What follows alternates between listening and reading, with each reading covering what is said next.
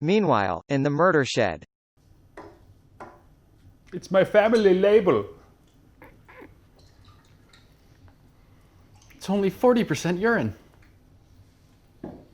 But the other 60% is also urine. My urine.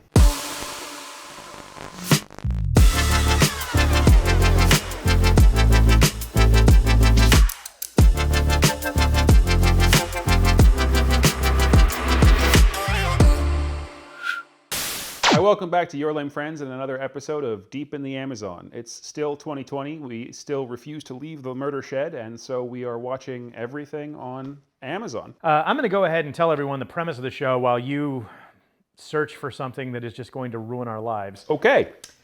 Amazon is a really deep video service that has tons and tons of films that nobody has seen, including all three of us. So basically what we do is pick a starting point and find a suggested movie that none of us have seen. Let's see what Bone Tomahawk gives us. Okay. I've heard of A Night in Old Mexico. I have not heard of A Reckoning. I have not heard of A Reckoning. Neither have I.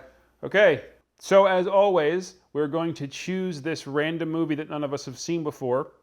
We're going to look away so no one sees the rating and no one sees the description of the premise. The reason why we do that is we are genuinely hoping... Vega, baby. You gotta wait until he plays it. I thought it was playing. We are hoping to find good movies, so we're trying to come into this unbiased. So this movie is called A Reckoning, and we genuinely hope that it's good. Well, it's 80 minutes. That's good. Okay, here we go. You gonna say it? Vega, baby.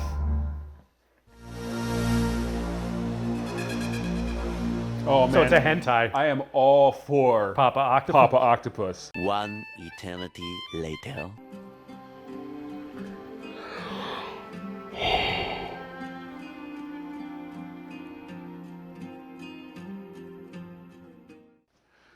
All right, well, we just watched A Reckoning, which was changed from the original title, A Series of Events. That's giving it a lot of credit. All right, well, there's three of us, so Rochambeau. Okay. 1, 2, 3, go. All right, it's you and me. Okay, yep. 1, 2, 3, go. Fuck. All right, Taylor, tell us about A Reckoning. Okay. Takes place in the Pacific Northwest in the late 1800s. Who's the character? I can't even remember. Mary O'Malley. Mary O'Malley. Her husband is murdered, and She goes to kill the man who killed her husband. yes, and and then she walks.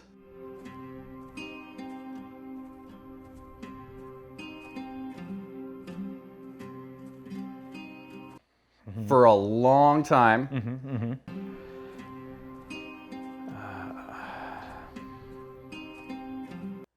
And then walks for a lot longer.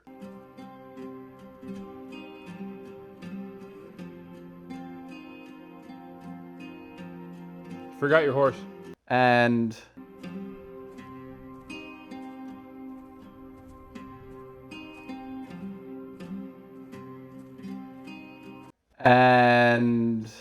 oh, now she's walking the other way past that river.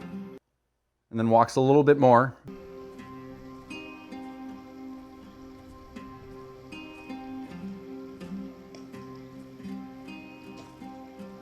And then she finds him and kills him. But the plot summary for this one's going to be easy. So there's okay, I want to...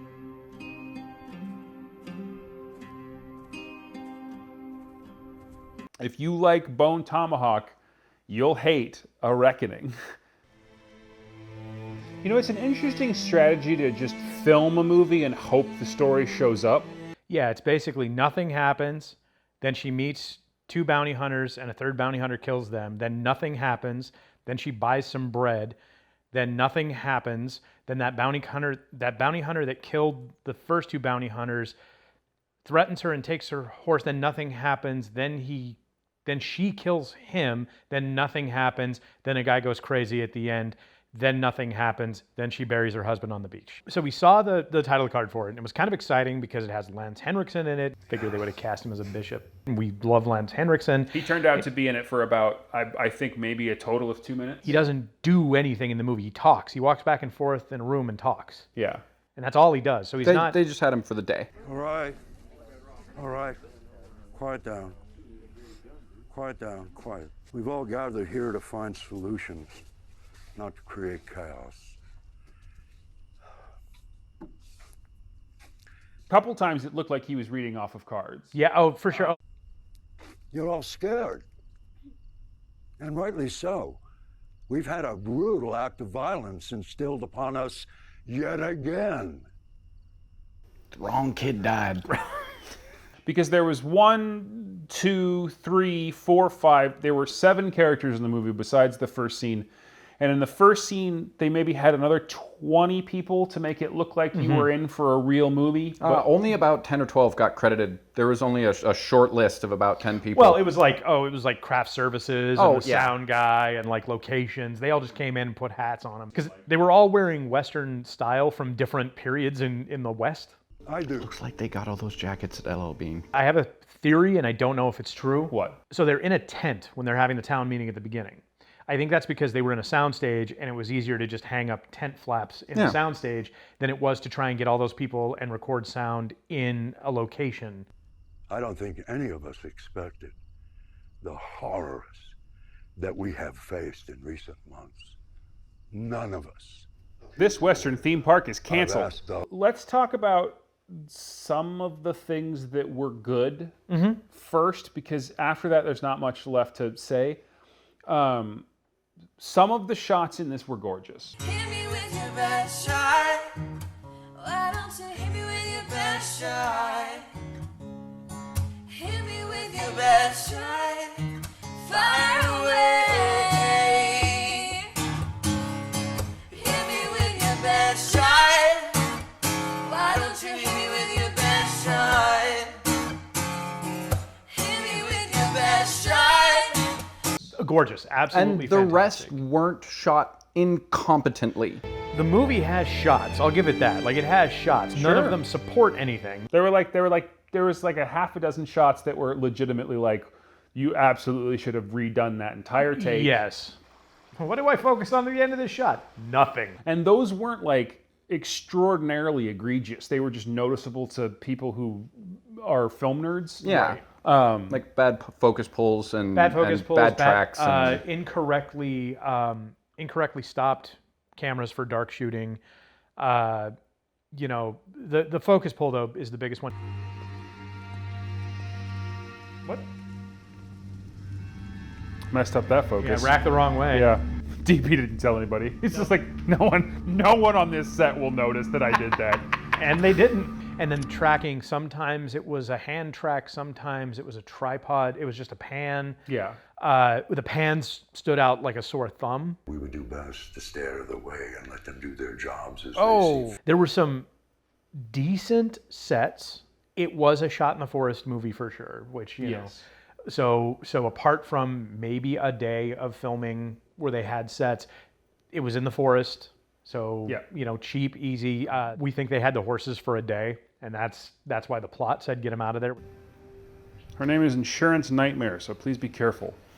You think they had insurance there, which I actually agree with. That's great. That's a fantastic way to do that. So why didn't she go find the horses of the bounty hunter she just killed, who stole her horse?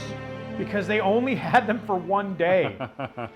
Well, it's cheaper to say they have one than to show they have one. That's why you get coconuts.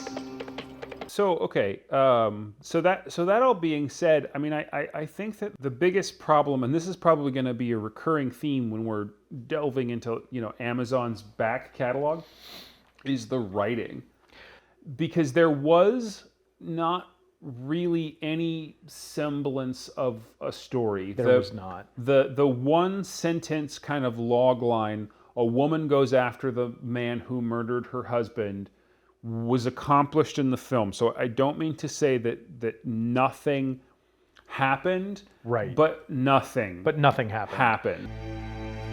The plot summary of this movie is, fuck you, you think that Lord of the Rings is just walking? Watch a movie about just walking and get back to me about Lord of the Rings. If you had done anything in an interesting way, it could have provided some color, some character, some depth, but there wasn't anything. No, she's gonna go find the man what shot her husband She's just down. abstractly hunting a killer. Yeah, with no direction. Right. Well, there's a tack online that I think what was happening is it was going off the rails, and someone was like, why is she even pursuing him in this direction? So there's this tack online where she says he's heading north because that's the main road and he's a psycho. The whole movie hinges on the fact that apparently the guy that's doing the killing is an insane cannibal. Right. He's mutilating, taking parts. Now you have a theme, right? But that theme is not explored. It's just there to make it seem like there may be something interesting coming. The main character, she offers money and land for a gun and a horse. Regardless of how you feel on the matter, I do not believe any one of you is in a financial position to refuse such an offer. It's not ladylike. Mr. Brett. Women can't murder. An older woman gives her also dead husband, not murdered, but dead husband's gun. His very favorite gun. From Evil Lynn. And says you can kind of go off and do this and no one's going to believe in you. And so, okay, so you have in this movie some themes to grab if you'd like to. I like that the main character is a woman doing a man's work without the help of a man. Mm-hmm. And then none of those themes were explored. Not a single one. All three of the bounty hunters in the movie were in the tent when the town figured out what to do. Right. And then they apparently went off to go hunt some guy. I mean, there's nothing in the movie to tie anyone to anything really. So there's just kind of this floating tone poem of imagery. If you value your life, you best make yourself scarce. This ain't no place for a woman with thoughts So of bounty savagery hunter on her mind. just killed 2 other bounty hunters for also going after an open bounty. Yes. The sexism I get. I was actually thinking about that as well. What? As soon as we got to the end, and it was very sort of generic, she finds him, takes some shots at him, misses, they run through the woods, she's trying to kill him. Everything that led up to that point should have been about her coming to grips with the fact that she's got to kill a guy, including her killing the bounty hunter. Like, because the whole point is she's a woman, she's never been out before, her husband's gone, she's trying to go for revenge, and so this movie should be about her, and she killed that guy in self-defense, absolutely. But it should have been more impactful that, yes, she can kill someone. She is capable of doing this. She's capable of going and getting the revenge that she wants. I do want to say that when she does kill the bounty hunter, the effects work actually splattered on the camera. I like that. Yeah, that was great. That was a lot of fun. Yes, the husband died. And they talk about the husband having taught her how to shoot. I thought she said that her husband taught her to shoot. He was probably a crappy shot too. I mean, he did die. Other than that, there is no emotional palette to this film. It's not done in action, it's not done in shots, it's not done in dialogue, it's not done in music, it's not done in... She goes through no growth, she has no arc. At the beginning of the movie, she's motivated to kill a dude, and by the end she has. And that's the whole film. Mm-hmm. The cannibalism was completely superfluous. Absolutely. Because they just wanted to... I think they just wanted to make the guy look more like a bad guy than he already was. And someone had seen Ravenous and 13th Warrior. Ravenous is 100% what I was thinking about, wishing I was watching it. Yeah. God's creatures, the elk, the deer, each other. It's got a fucking statement. Fantastic. You desecrate this land. Oh, I was going to talk, you mentioned the traitor, and I just wanted to talk about that scene, because that was the scene where I thought the movie was going to take a turn. Something was going to happen there, because there was... He was there was dealing unintended tension in that scene. That guy's got an ornate headpiece burned into one of his hands. Yeah, like he was dealing in human meat or something. Yeah. Or that he wanted something from her that she didn't want to give. Like, I thought that's where that scene was going. Her encounter with that traitor was so that he could convey that the person she's hunting might be a cannibal. That's what was like accomplished. It was 10 minutes maybe. To say the movie went nowhere even implies that the movie had somewhere to go.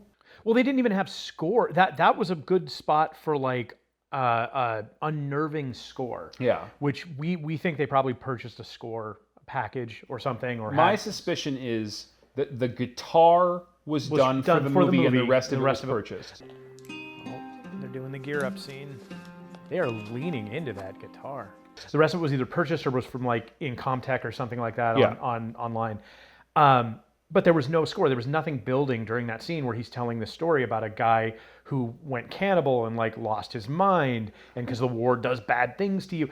There was nothing there driving the audience. She's trying to look terrified. She's trying to look terrified. Right. And it just came off like more like she didn't care. Like she didn't. Like nobody cared. But which makes sense in the scene because why are you telling me the story? Right. It happened to be that guy, but a person she met in the woods that had once fought in the Civil War talked about a dude he knew once. Like I was even thinking at the time, how is this relevant to anything? And it turned out to be hyper relevant, but also it didn't matter. I agree. It was the point where they could have injected something into it that would have been interesting. All I see with the trader scene though are like the technical mistakes they made. What do you require? You to turn your mic down just a touch. Like it was supposed to be night and they were eating, but they left the windows open. So there's just a bunch of candles everywhere and stuff like that. And I know what they were going for. And then they shot it on this extremely shallow lens. Like they shot it with there was no depth whatsoever in the cabin itself. It was systemic through the entire movie. The movie had these grand sets, outdoors and whatever, but the whole thing felt like it was within a 10-yard circle. She walked forever and it just felt like everything was right next to each other. Like nothing felt like any travel had happened. The story of this movie is a parent that doesn't want to tell his kid a story as she's falling asleep. It's like, and then he walked, and then he walked some more, and then she walked, and then she walked, and then she found a guy, and then she walked, and then she built a campfire, and she walks. Just fall the fuck asleep. I need to masturbate and drink myself into a coma. Nothing was differentiated in the movie itself because they didn't have locations. They had this one cabin set up and tents, and so if you put a tent in the ferns in one place or a tent in the fern in the other place, it looks like the same tent. The place that she first encountered the bounty hunter, and then the second place that they fought, and then the place that she buried her husband at the end, and all that stuff, to them felt like different locations because of where they were parked. But to us, it felt like the exact same spot. Yeah. It really did feel like they had this little beach and they used it. Yeah. And so that's what it felt like. So not only is she walking constantly, the movie's going nowhere.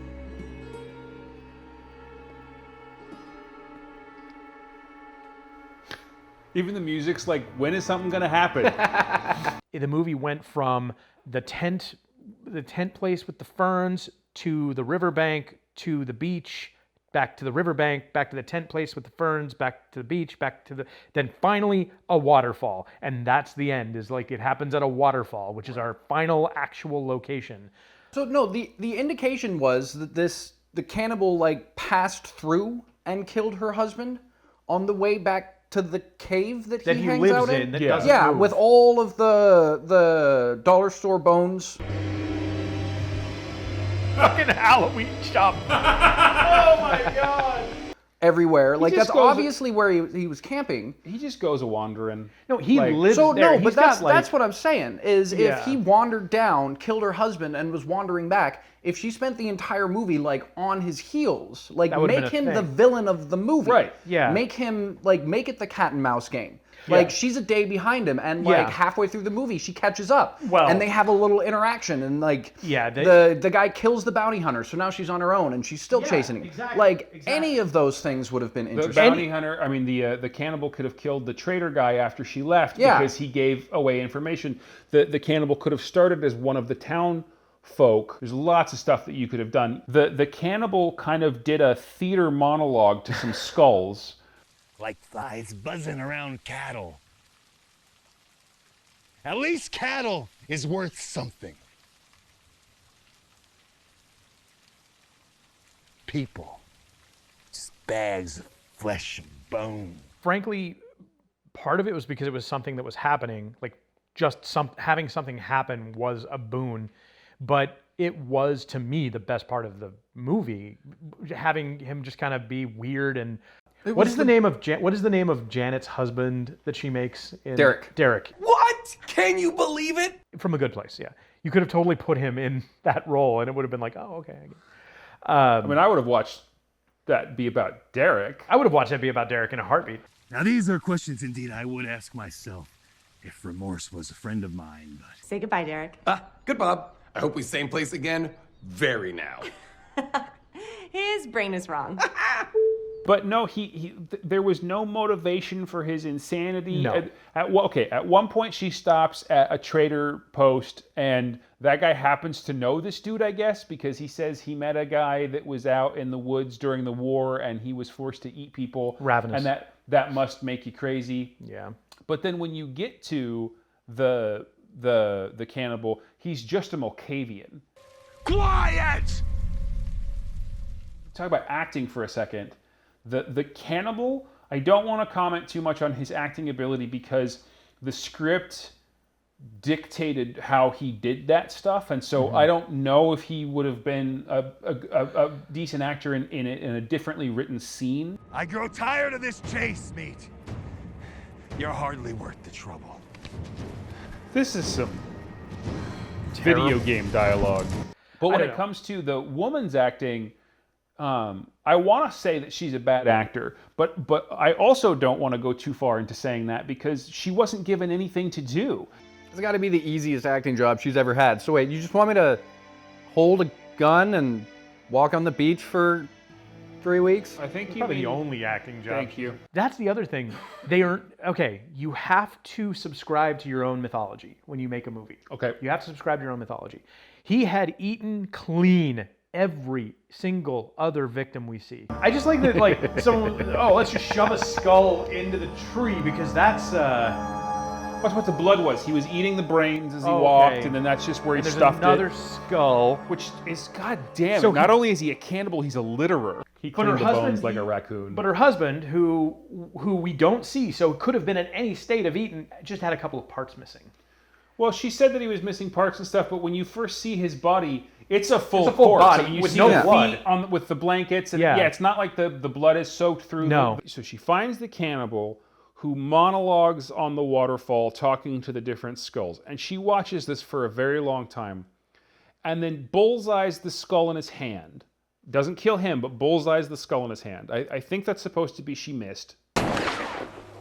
You aimed for the wrong head. She does that, and then she runs away immediately, even though he's still exposed and in the open. And so now he's chasing her, and she's running.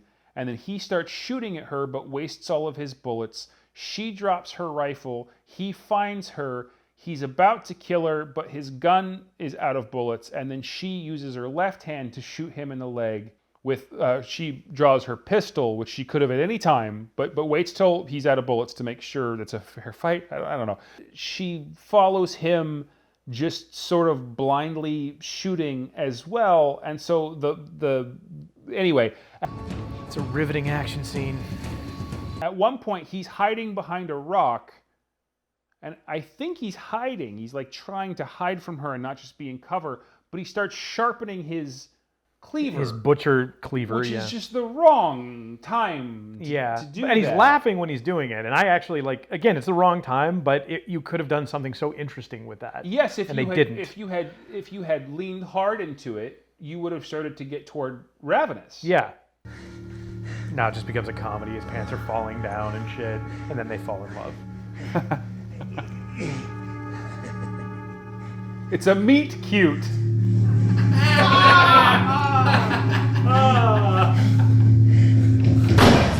Because we have the skull. She shoots the skull out of his hand. Then she can't hit him at all. Then she left hand shoots him in the leg, but can't pull the trigger again until he runs away. Right. For no reason. Just It's like, go, it's your turn now. I think it was trying to say, now it's my, like, 'cause she even says something along the lines of, like, my turn now. Yeah. But then she shoots the cleaver out of his hand. Let's dance. She's really good at shooting things out of hands. She's a plot shot. It's a plot shot, dude. I've never actually heard that term before. Plot shot. Plot shot. A great term. Bullseye's the thing in his left hand. She always shoots down, and now if you'd set it up where she was like, my husband taught me to shoot, I always shot down and right. Yeah. That would have been cute. Yeah. That would have been like a really neat thing to do. Yeah. But no. And then he goes and he stands up and he's like, I'm gonna stand on this place where I can fall back in the water, and then start yelling stuff. Yeah, he realized it was his time to die, I guess, and so he went and monologued until she shot him off the. Well, and in most movies, you know, you edit and you shoot around a tussle or a set of motivating actions that leads him to a place where it seems realistic that he would get to a place where you can fall with a safe landing pad or whatever. But in this, he just sort of slowly walks over to where it would be a good place to dramatically fall. Well, she's got a gun on him that she's just not shooting. Yeah. Well, she has to wait for him to get where he can fall backwards into the water. You know. Right. Oh, yeah, that's what I'm saying. So only polite. It was only polite. The longest distance between 2 points is this plot. What? Whoa. Wow. But then after she killed the cannibal, she kills the cannibal dies, she like has a moment of, I've just killed the cannibal, and then the very next scene is her putting a cross in the ground, having just buried someone. In the sand. And that's the final shot of the film. Was it her husband that she buried on the beach? That was really unclear. W-O-M. It was super unclear. It was super unclear. You have to, I don't know if there's enough pieces in the movie. I mean, I guess technically there is, because they do say the name O'Malley. Mm-hmm. And it's O-M. And she did say, don't bury him until I get back. Yep. Yeah. It's the same location she killed the bounty hunter in. Yes. So we couldn't figure out for a minute, did she kill the bounty hunter? Did she bury the bounty hunter? Did she bury the cannibal? Well, and we go from, I killed the cannibal, to I'm burying someone. If you kill someone and are then burying someone, your mind immediately says it's the person you killed. Then it's like, well, okay, but the last person she was here with was the bounty hunter. Because she's been walking for 1,000,000 miles, or 10 feet. You have to remember that she said, don't bury, well, and she said, you don't bury him till I get back, because they were going to bury him. And now she's alone. Nobody else is there. Like, why isn't the town there, at least? He's been lying there just decomposed. Maybe. I mean, the whole thing might have taken place in 2 days. I honestly can't tell. Or a couple months, and maybe he decomposed enough that she could just throw them all in a bag and drag him down to the beach. Carry him over her shoulder. I guess my final question is, like, why did they make this movie? They made it to make it. Like, I really feel like that. I feel like nobody had anything to say. There wasn't, like, at the beginning, you feel like there might be like an anti-gun message to it almost, because she talks about her husband not liking it, or pro-gun message or something along those lines. That's just completely lost. So not only is the movie neither pro nor anti-gun, the movie is also neither pro nor anti-cannibalism. I was just going to say that. Really? Yes. Okay, do we want to rate this? Yeah. I am going to, with apologies to the cinematographer for the number of really good shots, I have to rate this a 1 star. I'm giving it a 1.5 star because I did chuckle. Can you rate something 1.5 on Amazon? No, but I don't care. So then you got to go with a 1 or 2. 1 star. I'll rate it 2 to give it 1.5. I have to give it 2. I take it back. Because I agree that ones need to be reserved for movies with no redeemable qualities. I feel it's a 1.5 star, and that's if you like cinematography. Well, if you two give it 2 and I give it 1, then it's 1.5. That's 1.667. You are technically correct. The best kind of correct. It's interesting because it shows kind of how we rate things, because I found Princess of Mars more, in air quotes, enjoyable. I did too. Well, because things actually happened in that movie. Princess of Mars more than this, but I thought this was prettier. And that's why I had to give this movie a 1 star, because even a terrible movie like Princess of Mars had things occur in it. This was like they were making a short, and the editor and someone decided, you know what, we have enough of her walking. Let's just make a full-length movie out of the short we did for this film race. I wouldn't doubt if it was something like that. I mean, I still wouldn't have liked the short film, but at least it would have been short. It was dumb. It was obvious. It was pointless. It was short. I loved it! I don't know. I don't know. If you average it out, it's like, I don't know. We'll give it a 1.5 stars. Total. Ding. All right, this has been Your Lame Friends. We're sorry. Sorry.